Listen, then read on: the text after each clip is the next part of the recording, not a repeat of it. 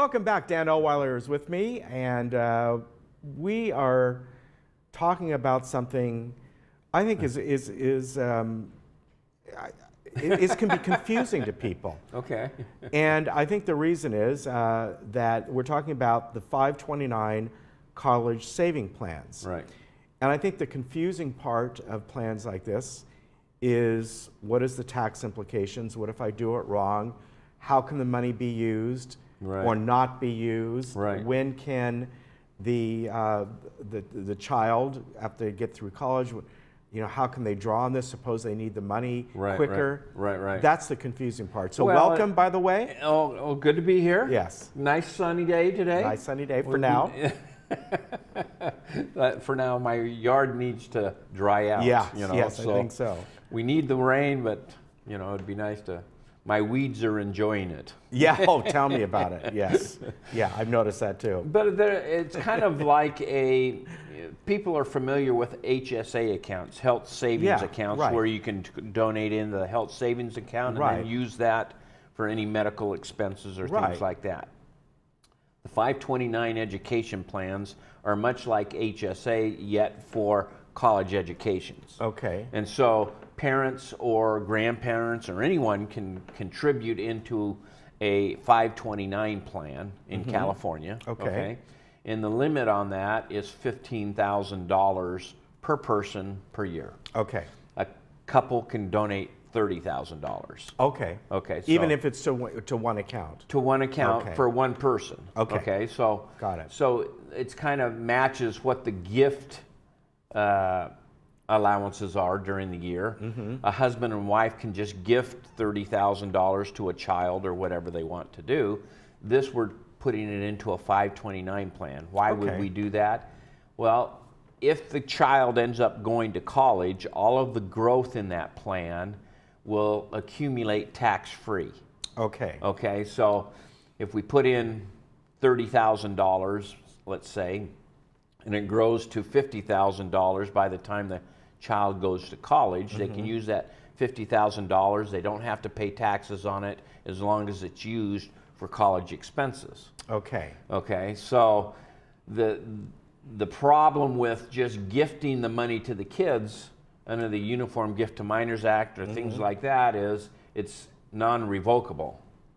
Well, if you've got 3 or 4 kids, and I use the term in my seminars, if one of them's an idiot, okay, and decides not to go to college, you can switch the names, the beneficiaries. Okay. So it's not irrevocable. So if one child decides to go to college and another one doesn't, you can put the name of the child that decided to go to college on that. They can use the funds for that. Okay. What about, let's say, kind of the scenario you gave, 30,000, whatever the amount is. Right. And it must be used for college. And that can be for tuition, books, housing, those types of things. Okay, so has to be college related. You can't just rent an apartment for somebody near a college and have them living. Now, any college, like community college? Sure. Okay. Sure. And does it have to be spread out over a certain amount of time? Or if they go to college for 1 year and they're going to spend $50,000 in 1 year, possibly. Well, certain colleges, if they're at Stanford or something like that, as long as they're using it for college expenses, they don't have to pay taxes on it. Okay, and if they don't, can they still get the money but then pay taxes on it? Yeah, you have to pay taxes on that. Okay. Yeah, if you could take the money out and pay taxes, or they could, or whatever, but if it's not used for college funding, then it's taxable to the individual. Okay. Now, what if you put that money in and 2-3 years later, you as the parents, let's say the kid is 12 years old, they get into high school, maybe it has nothing to do with their education, but all of a sudden you as the parents have something major happening, you're like, you need the money? We need the money. We need that money. You can pay taxes on it. Okay, but you can take it back. Oh, sure. You pay taxes. Yeah. Now, when you put the money in, is it taxable at that point, or is it, I guess I should say, is it pre-tax? It's not tax deductible. It's not tax deductible. It's not tax deductible. Because it's coming off the other end, the back end. Right. Okay. But one of the things, you know, sometimes you have wealthy grandparents or something that want to help fund their grandchildren's education. They can put money in there, but if the grandchild at age 5, at age 15 or 16 decides, I want to go do art or whatever it is, I don't want to go to college, they're not locked into that. Okay. So they can get that money and give it to a different grandchild, Okay. or whatever that might be. Now, interestingly enough, the government does allow you to actually fund 5 years in advance if you want to. Okay. So you have a couple that can contribute $30,000 to one child. Technically, they could put in $150,000 into this 529 plan. Okay. Right. Over 5 years or that very first year? That very first year.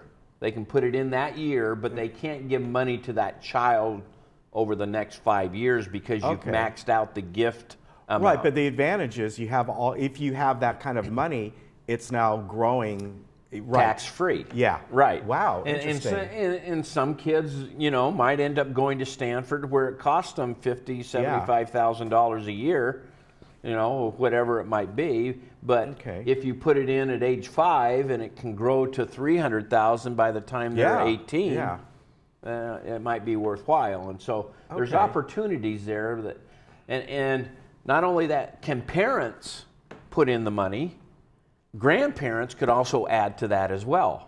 Okay, wow. So if parents put in $30,000, grandparents can put in $30,000, you know, and that can grow, you know, for the next 15 years.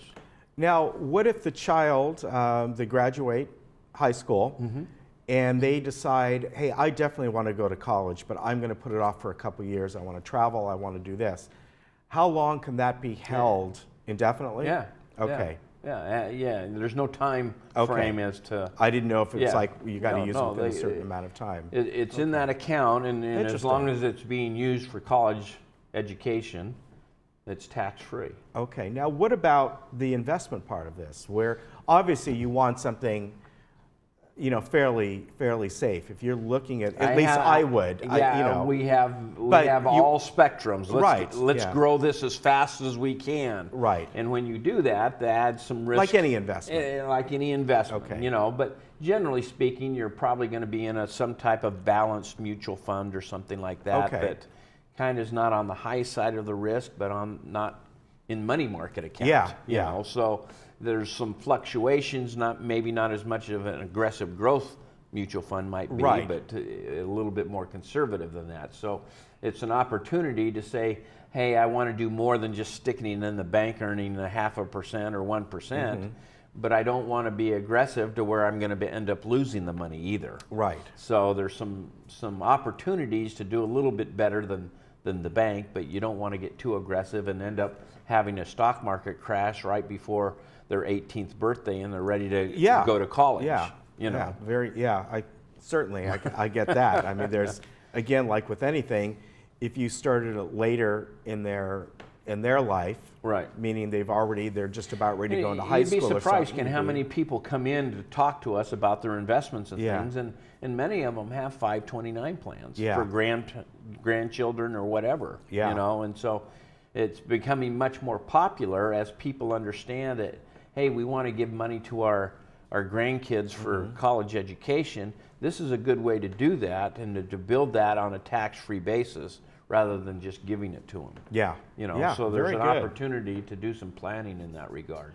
Now, can you take, as long as you don't go over that amount, can you do it where every month you're contributing kind of an automatic thing out of one account to another? If it's much more budget-wise, it's a lot easier for me to put in $500 a month towards my kids' education. Yeah, there's no restrictions that you have to do it in a lump sum or anything like that. But you can't go over that $15,000 a year per individual, per person. Okay. So, but if you have 3 kids, technically, each of you could give $30,000 to each of the kids. Yeah. Or you could give $150,000 to each of the kids if you've got that kind of cash flow. Yeah. Okay. most of us don't have 500,000 for 3 kids that we Right. could fund it all Yeah. at once. Yeah. And so, but you know, technically there's some opportunities for maybe grandparents to help out. Yeah. Very good. Yeah, that's good because I've heard of these and I was never quite sure and Right. exactly how they work and don't people work. understand what they call the Uniform Gift to Minors Acts and Right. the some of the other plans, but they're much more restrictive in regards to the 529. 529, you can change beneficiaries. If they decide not to go to college, you can pay the tax on it anyway and get the money back. And so there's opportunities that you can do that don't lock you into irrevocable situation. Okay, so once again, though, you pay it's not a tax deduction to start it. It's after tax contributions. Okay, so let's say you put in $10,000 or whatever it is, and you decide to take that back. Now you're paying taxes on the growth of it. Correct. Right. Correct. Right. Where if it goes to your child, you're not paying taxes on the growth. Okay. Correct. Very good. Great information. Good. Good. All I right. hope it So helps. I'll go home and look at my bank account for my daughter. And, No, talk to your in-laws or your parents Yes. and just tell them to fund it. yeah, there you go. That's the best way to do it. Dan, thank you very much. Good to If you'd see like you. more information, you want to talk about 529s, maybe annuities, or just whatever. You're retiring. How to The market's do this? been a little bit dicey these days. Yeah, you know? this man and his team can help you out. So sterlingfa.com, or you may call 949-859-8900 and let us know if you're going to have any seminars coming We up have soon. some, they're on our website. Okay. We actually had one last night. We hold all of our seminars at Ruth, Chris, and Irvine. So it's a nice meal, but Yes. hopefully they're coming for the information, not just the steak. Right. Okay. Take care. Say hi to everyone. Good to see you. We'll be right back.